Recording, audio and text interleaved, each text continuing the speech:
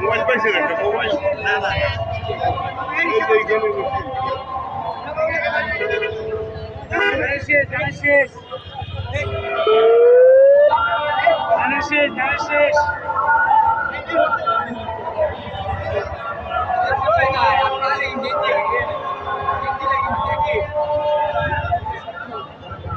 নিরাপদ গণতান্ত্রিক ও কল্যাণমুখী রাষ্ট্রে রূপান্তর করার জন্য যে দিশা দরকার, সেই দিশা যারা তারেক রহমান আমাদেরকে দিয়েছেন, আমরা তার নেতৃত্বে আর দর্শন অনুসরণ করে সামনে আগাবো।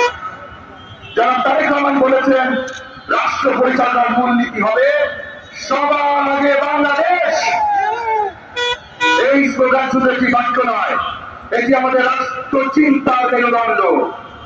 ক্ষমতা নয় মানুষের অধিকার, লুটপাট নয় উৎপাদক, ভয় নয় ন্যায়, বৈষম্য নয় ন্যায্যতা, এটাই আমাদের পথ। গত 6 ফেব্রুয়ারি আমাদের প্রিয় নেতা যারা তারেক রহমানের নেতৃত্বে বিএনপির একটি